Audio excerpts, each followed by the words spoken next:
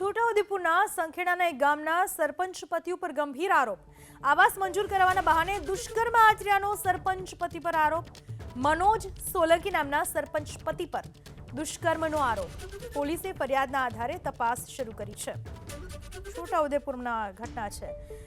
મહિલા સરપંચ હતા, પણ પતિદેવ, આ સરપંચના પતિદેવ જેના ઉપર આરોપ લાગ્યો છે દુષ્કર્મ કર્યાનો. આરોપ એવો છે કે આ સરપંચના પતિએ સરકારી આવાસ મંજૂર કરાવવાના નામે મહિલા ઉપર દુષ્કર્મ આચર્યું.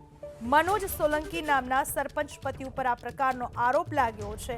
આરોપ લાગતા જ પોલીસે ફરિયાદ નોંધી મનોજ સોલંકીની તપાસ શરૂ કરી છે.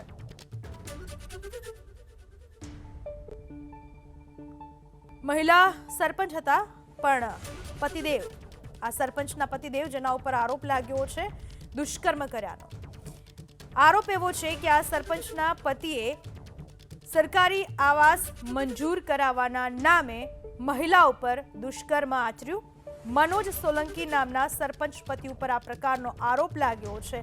આરોપ લાગતા જ પોલીસે ફરિયાદ નોંધી મનોજ સોલંકીની તપાસ શરૂ કરી છે.